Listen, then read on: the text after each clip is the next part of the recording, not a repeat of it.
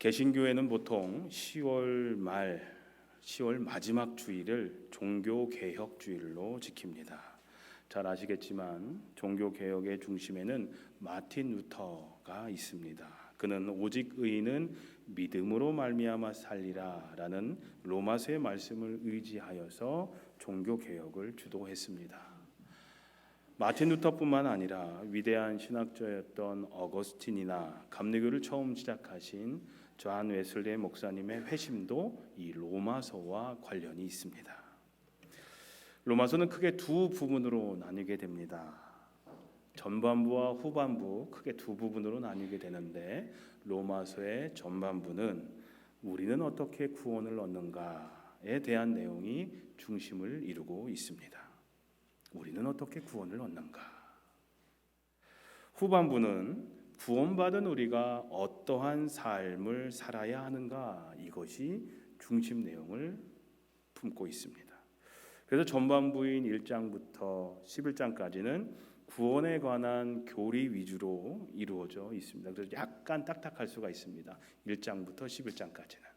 근데 후반부인 12장부터 16장까지는 구원받은 사람들의 신앙생활에 대해서 중점적으로 다루고 있다는 거죠. 전반부에는 어떻게 구원을 얻는가, 그게 중점 내용이라면 후반부는 구원을 얻은 우리는 어떻게 살아야 하는가, 이것이 중점 내용이라는 거죠. 구원에 관한 전반부에는 주로 하나님의 은혜에 대해 강조하며 설명합니다. 우리가 구원을 얻는 것은 전적으로 하나님의 은혜다라는 겁니다. 우리들의 선한 행실로 구원을 얻는 것이 아니다라는 얘기예요. 그리고 우리의 행함보다 하나님의 은혜를 받아들이는 이 믿음이 더 중요함을 가르쳐주는 것이 로마서의 전반부입니다. 그러니까 하나님의 은혜와 우리의 믿음, 이것으로 우리는 구원을 얻는다는 거죠.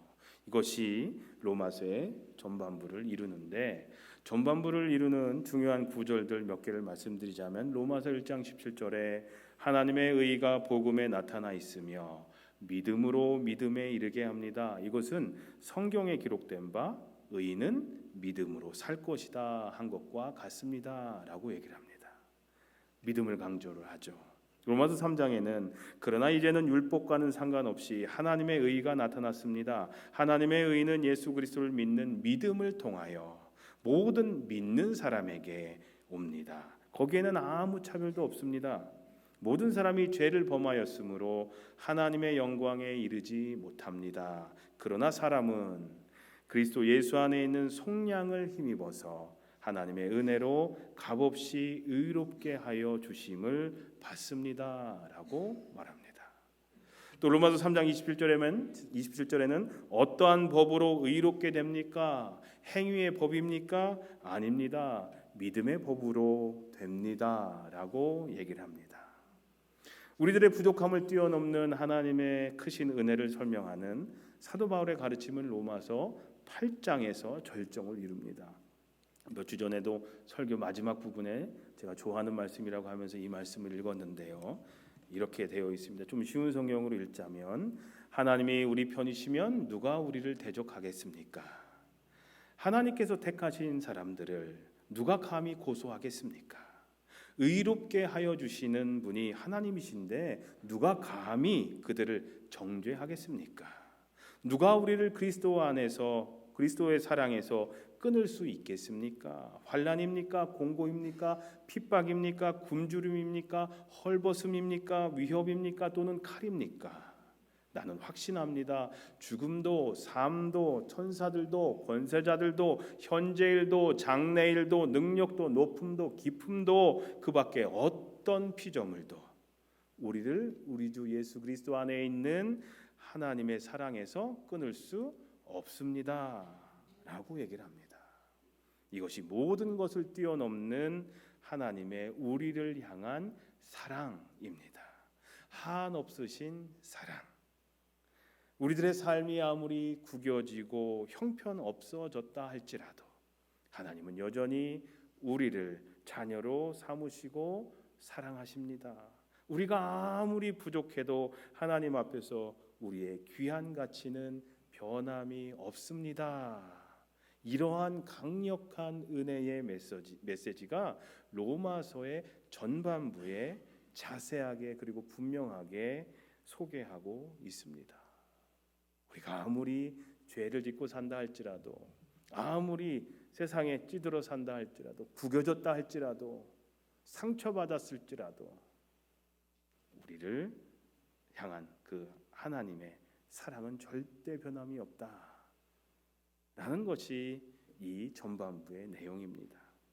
그런데요, 우리는 이러한 은혜의 메시지만 듣고 있으면 이런 생각을 할 수도 있습니다. 우리가 선한 행실을 통하여 구원을 얻는 것이 아니고 오직 하나님의 은혜와 믿음으로 구원을 얻는 것이라면 구태여 선하게 살려고 착한 일을 하려고 노력할 필요가 있을까 하는 생각입니다. 혹시 이런 생각을 해보신 적이 있으십니까? 내가 이미 구원받았는데 뭐 그렇게 선한 일, 착한 일, 뭐 어디 도네이션 하는 것부터 해서 섬기는 일 뭐하러 해? 이미 구원 얻었는데. 이런 생각 해보신 적 있으십니까? 근데 사도 바울은 이러한 우리들의 생각에 대해서 단호하게 이렇게 얘기합니다. 로마서 6장 15절에 그러면 어떻게 해야 하겠습니까? 우리가 율법 아래 있지 않고 은혜 아래 있다고 해서 마음 놓고 죄를 짓자는 말입니까? 그럴 수 없습니다 라고 사도 바울은 얘기를 합니다. 사랑하는 성도님들, 율법보다 믿음이 먼저인 것은 사실입니다. 행위로 구원을 얻을 수 있는 길은 없습니다. 우리보다 더 행위로 착한 일을 하는 세상 사람들은 수도 없이 널려 있습니다. 하지만 그 행위로 구원을 얻을 수 있는 길은 없습니다. 믿음이 먼저입니다. 선한 행실로 구원을 얻는 것은 결코 아닙니다. 그러나 은혜와 믿음으로 구원받은 그리스도인들이 하나님의 말씀을 지키고 그리스도인답게 살아야 하는 것은 당연한 이치라는 겁니다. 율법을 지켜야 구원을 받는다는 율법주의는 잘못된 것이지만 그렇다고 율법을 무시해야 한다는 말은 아닙니다. 예수님께서도 이 점에 대해서 분명하게 말씀하셨습니다. 마태복음 5장에 보면 내가 율법이나 예언자들의 말을 폐하러 온 줄로 생각하지 말아라. 폐하러 온 것이 아니라 완성하러 왔다. 내가 진정으로 너에게 말한다. 천지가 없어지기 전에는 율법은 1.1획도 없어지지 않고 다 이루어질 것이다 라고 말씀하셨습니다. 그러면서 누구든지 이 계명 가운데 가장 작은 것 하나라도 폐지하고 사람들을 그렇게 가르치는 사람은 하늘나라에서 가장 작은 사람이라고 일컬음을 받을 것이요 또 누구든지 이 계명을 지키며 가르치는 사람은 하늘나라에서 큰 사람이라고 일컬음을 받을 것이다. 내가 너에게 말한다. 너의 의로운 행실이 율법학자들과 바리새파 사람들의 의로운 행실보다 낫지 않으면 너희는 하늘나라에 들어가지 못할 것이다. 이렇게 말씀하셨습니다. 이러한 뜻에서 사도 바울은 로마서의 후반부인 12장에서 16장까지 구원받은 그리스도인들의 신앙생활에 대해서 강조를 합니다. 그리고 후반부인 로마서 12장의 첫 시작을 이렇게 시작합니다. 뭐라고 시작하죠? 시작. 그러므로라는 말은 앞에 있는 모든 말들을 전제로 해서 당연한 결과를 이끌어낼 때 쓰는 말이 그러므로입니다. 예를 들어서 비가 올 것 같다. 그러므로 우산을 갖고 나가거라. 그죠? 비가 올 것 같아. 그러므로 우산을 갖고 나가. 인간은 말을 한다. 우린 다 말을 하죠. 그러므로 동물과 구별된다. 사람은 모두 죽는다. 그러므로 나도 언젠가는 죽는다. 이제 그럴 때 쓰는 말이 그러므로입니다. 믿음으로 구원을 받았으니 그러므로 어떻게 해야 된다는 거예요? 이런 삶을 살아야 한다라는 거죠. 그러니까 이 그러므로가 별거 아닌 것 같지만 로마서의 전반부와 후반부를 잇는 중요한 말이 그러므로입니다. 믿음으로 하나님의 은혜로 구원을 받았어? 그러므로 이렇게 살아야 해. 그것이 로마서의 후반부를 얘기를 합니다. 하나님의 사랑과 은혜를 이같이 받았으니 그러므로 우리들의 사명이 이루어야 된다라는 겁니다. 그런데 오늘 본문에서 어떻게 시작을 하냐면 로마서 12장 1절과 2절이죠. 오늘 읽었던 말씀이 그러므로 형제들아 내가 하나님의 모든 자비하심으로 너희를 권하노니 그 다음이 중요한 겁니다. 뭐라고 얘기합니까? 너희 몸을 하나님이 기뻐하시는 거룩한 산 제물로 드려라. 이는 너희가 드릴 영적 예배니라. 너희는 이 세대를 본받지 말고 오직 마음을 새롭게 함으로 변화를 받아서 하나님의 선하시고 기뻐하시고 온전하신 뜻이 무엇인지 분별하도록 해라. 이렇게 말씀하고 있습니다. 교회에서 사용하는 말 중에 영성이라는 말이 있습니다. 많이 들어보시죠? 그죠? 들어보셨죠? 영성. 한자로는 신령령의 성품성을 씁니다. 사전적인 의미로는 신비스러운, 신령스러운 품성이나 성품을 말할 때 영성이라고 얘기를 하죠. 하지만 우리 기독교인들에게 있어서 영성이란 이겁니다. 예수님께서 지금 이 순간 살아계셔서 내 곁에 계신다라는 사실을 느끼고, 첫 번째 느끼고 나의 삶의 자리에서 살아계신 예수님을 배우고 듣고 그리고 따르는 것, 이것을 말할 때 쓰이는 말이 영성입니다. 내 곁에 살아계심을 느껴야 됩니다. 그리고 예수님을 배우는 겁니다. 듣는 겁니다. 그리고 제일 중요한 거 따르는 거죠. 그게 영성이에요. 그래서 저 사람은 영성이 깊다, 영성이 있는 사람이다 라고 지칭할 때는 예수님이 나와 함께 하신다는 은혜만을 느끼는 사람이 아니라, 느끼는 사람만을, 좀 센서티브 하신 분들은 많이 느끼시죠. 근데 그것만 가지고 영성이 깊다고 얘기할 수 있는 건 아니에요. 또 예수님을 많이 배운 분들도 있어요. 근데 그것만 갖고 영성이 깊다고 얘기할 수 없어요. 또 많이 듣는 것으로도 할 수 없어요. 그걸로 끝나는 것이 아니라 예수님의 삶을 따라 사는 데까지 나아간 사람이 바로 영성이 있는 사람이라고 말할 수 있다라는 거죠. 여러분들은 영성이 있으신 분들이십니까? 왜 아무 대답도 없으세요? 네, 우리 교회에서 가장 칭찬의 말이 당신은 영성이 깊은 것 같습니다. 이런 얘기를 들으실 수 있으셔야 돼요. 장로님, 권사님, 집사님, 영성이 아주 깊으신 것 같습니다. 그건요, 기도 오래 한다고, 기도 큰 소리로 한다고, 많이 섬긴다고 그게 영성이 깊은 것이 아니라 어떻게 해요? 예수님을 따라 예수님처럼 살아가는 모습이 나타날 때 영성이 깊으신 것 같습니다라고 여러분들 칭찬해 주십시오. 그런 의미에서 참된 영성이란 성결한 삶, 거룩한 삶, 구별된 삶으로 나타난다는 겁니다. 삶으로 그것이 나타나야 됩니다. 그래야 그 사람의 영성의 깊이를 알아갈 수가 있는 거죠. 이런 얘기가 있어요. 성경에 나온 말은 아니지만 지혜로운 사람은 행동으로 말을 증명하고 어리석은 사람은 말로 행위를 변명한다라는 말이 있습니다. 지혜로운 사람은 행동으로 말을 증명하고 어리석은 사람은 말로 행위를 변명한다. 말은 쉬워요.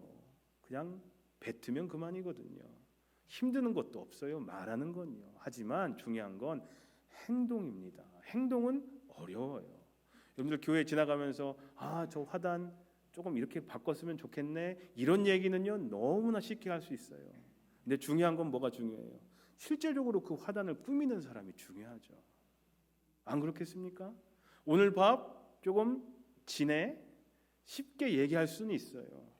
그런데 하시는 분들도 생각하셔야죠. 하는 게 중요하죠. 다른 사람도 생각해 주셔야죠. 말은 쉽습니다. 근데 행동이 어렵죠. 행동을 통해서 우리들의 신앙이 나타나는 겁니다. 그리고 영성의 깊이를 알 수가 있는 겁니다. 말만 한다? 영성의 깊이가 낮은 거예요. 근데 말만 하는 것이 아니라 행함으로 옮긴다? 영성의 깊이가 깊은 거죠. 행동하는 영성, 이것이 바로 참된 영성, 올바른 영성이라는 말입니다. 사도 바울도 고린도전서 13장에서 지적했듯이 뭐라고 얘기합니까? 참된 영성이란 사람의 방언과 천사의 방언과 예언하는 능력과 모든 지식과 산을 옮길 만한 믿음이 있는 것이 아니라, 거기에 참된 영성이 있는 것이 아니라 바로 사랑의 삶을 통하여 진정으로 표현된다라고 얘기를 했습니다. 근데 우리는 겉으로 나타나는 그런 것만 바라보죠. 아마 제가 기적을 행한다고 하면, 제 삶은 완전 개차반인데 기적을 행한다고 한번 해보세요. 그럼 막 엄청나게 많은 분들이 오실걸요. 그런 경우가 많아요. 그런데 중요한 건 뭐예요? 사랑의 삶이라는 거죠. 미국 대학 입시 제도에 early decision이라는 제도가 있습니다. 한국말로는 아마 수시 전형이나 조기 결정이라고 얘기할 수 있을 거예요. 고등학교 12학년 시니어가 되면은 1학기를 마치고 그해 12월 정도 되면 그 다음 해에 들어갈, 그러니까 8월이나 9월에 들어갈 대학을 이미 결정을 하는 거예요. 대학 입장에서는 좋은 학생을, 우수한 학생을 미리 선발하는 좋은 장점이 있죠. 하지만 어글리 디시전 때문에 미리 대학이 결정된 학생들은요, 이후에 공부를 안 하는 폐단이 생깁니다. 이제 나 대학 갔으니까, 대학에 합격했으니까 공부를 그 이후에 안 하는 애들이 생겨요. 대학에 들어가기 위해서 고등학교 공부를 했는데 이미 대학에 붙었으니까 더 공부할 필요성을 못 느끼는 거죠. 근데 신앙생활도 이런 식으로 하시는 분들이 계세요. 물론 신앙생활의 목적은 구원받아 영생에 이르는 겁니다. 그리고 우리는 로마서 10장 10절 말씀처럼 마음으로 믿어서 의에 이르고 입으로 고백해서 구원에 이르는 지경에 이르렀습니다. 여기 모이신 분들은 모두 다, 또 온라인으로 참여하신 여러분들도 모두 다 이미 구원을 받으신 분들입니다. 아멘이십니까? 예, 이미 구원 받으셨습니다. 그러니까 이 자리에 와 계시죠. 이미 천국에 들어가는 early decision 제도에 합격하신 겁니다. 이미 조기 합격하신 겁니다. 이것이 하나님의 크신 은혜이고 복음이죠. 근데 우리는 이 early decision을 받아놓은 학생들처럼 천국에 이르기까지 아무것도 하지 않고 허송세월만 보내면 안 된다는 거예요. 그러므로 우리는 오늘 본문에서 사도 바울의 권면처럼 우리의 몸을 하나님이 기뻐하시는 거룩한 사한 제사로 드리고, 이 세대를 본받지 말고 오직 마음을 새롭게 함으로 변화를 받아서 하나님의 선하시고 기뻐하시고 온전하신 뜻이 무엇인지 분별하는 성결의 삶, 거룩한 삶을 살아가야 된다라는 겁니다. 이미 구원을 받았기 때문에. 그러므로 로마서를 마치면서 사도 바울은 다음과 같은 권면을 합니다. 로마서 16장 19절에 나는 여러분들이 선한 일에는 슬기롭고 악한 일에는 순진하기를 바랍니다. 옛날 성경에는 이렇게 표현되어 있죠. 선한데 지혜롭고 악한데 미련해라. 이것이 바로 참된 영성의 모습이요 올바른 신앙생활의 모습이라는 겁니다. 선한데 지혜롭고 악한데는 미련한 삶. 요한 웨슬리 목사님은 그리스도인들의 삶이란 완전한 성화를 이루기 위해, 거룩한 삶을 위해 꾸준히 달려가는 삶이어야 한다라고 설교를 했습니다. 예수님께서도 마태복음 5장 48절에 너희의 하늘 아버지께서 완전하신 것과 같이 너희도 완전하여라 라고 가르치신 적이 있습니다. 우리는 이 말씀을 보면서 예수님도 너무하시지, 우리가 어떻게 하나님의 완전하심을 닮을 수 있단 말인가, 하나님은 신이시고 우리는 죄 많은 인간인데 어떻게 하나님처럼 거룩해질 수 있단 말인가 라고 생각하실지도 모릅니다. 하지만 이 말씀은 우리가 비록 부족하지만 예수님께서는 우리에게 큰 기대를 하고 계시다라는 의미로도 생각할 수가 있습니다. 그리고 또 중요한 사실은 예수님께서 우리에게 그러한 명령을 하셨을 때는 우리가 노력하면 도와주시겠다라는 약속의 말씀도 그 안에 내포되어 있다라고 생각됩니다. 마치 어린아이에게 두발 자전거를 가르쳐주는 아버지처럼 예수님은 우리가 자전거를 온전히 탈 때까지 뒤에서 붙들어 주시고 밀어 주시겠다라는 약속의 말씀인 겁니다. 이것이 어떻게 가능할까요? 바로 성령 하나님을 통해 가능하다라는 겁니다. 우리는, 저와 여러분들은 너무나도 쉽게 무너지고 넘어집니다. 결심을 했지만 또 그 결심을 금방 어기는 것도 우리입니다. 어떤 때는 은혜 받아서 오랫동안 내가 이렇게 살 수 있을 것만 같지만 예전의 모습으로 다시 돌아오는 우리의 모습을 바라보면서 얼마나 자주 실망합니까? 그 이유는 우리 힘으로는 안 된다는 겁니다. 하지만 그것이 가능할 수가 있습니다. 어떻게요? 성령 하나님을 의지할 때, 성령님의 능력을 통해서 우리는 분명히 변화될 수 있을 줄로 믿습니다. 장성도님들, 우리를 향하신 예수님의 사랑과 은혜가 크심으로, 우리가 값없이 믿음으로 구원을 받았으므로, 예수님께서 우리에게 큰 기대를 하시고 온전하여지라고, 거룩해지라고 명령하셨으므로, 그러므로 우리는 하나님의 자녀로서 하나님의 자녀라는 이름에 걸맞는 성결한 삶, 거룩한 삶, 구별된 삶을 살기 위해 꾸준히 노력해야 할 줄로 믿습니다. 성령 하나님께서 우리를 분명히 도와주시고 지켜주실 줄로 믿습니다. 이 믿음이, 이 은혜가 저와 여러분들의 삶을 움직여서 예수님을 닮은 사람, 예수님을 생각나게 하는 사람, 바로 영성이 깊은 사람으로 우리가 모두 다 거듭나게 되기를 예수님의 이름으로 간절히 축원합니다. 기도하겠습니다. 하나님, 부족한 저희를 하나님의 자녀 삼아 주심에 감사드립니다. 죄악 가운데 물들어 있었던 저희를 구원해 주심에도 감사드립니다. 이 모든 것이 하나님의 은혜입니다. 그리고 이 시간 그 은혜 아니면 살 수 없는 연약한 존재임을 또한 고백합니다. 그러므로 값없이 주신 하나님의 은혜로 구원받은 저희가, 그러므로 그 은혜에 걸맞는 삶, 하나님의 자녀다운 삶을 앞으로 살아가게 해 주시옵소서. 항상 거룩함을 추구하며 예수님을 닮아가는 성화의 삶을 우리 모두가 살아가게 해 주시옵소서. 성령님의 충만하심을 경험하며 세상을 능히 이기며 살아가는 능력 있는 그리스도인들이 우리 모두가 되게 해 주시옵소서. 예수님의 이름으로 기도합니다. 아멘. 이 시간 하나님께 봉헌하는 시간 갖도록 하겠습니다.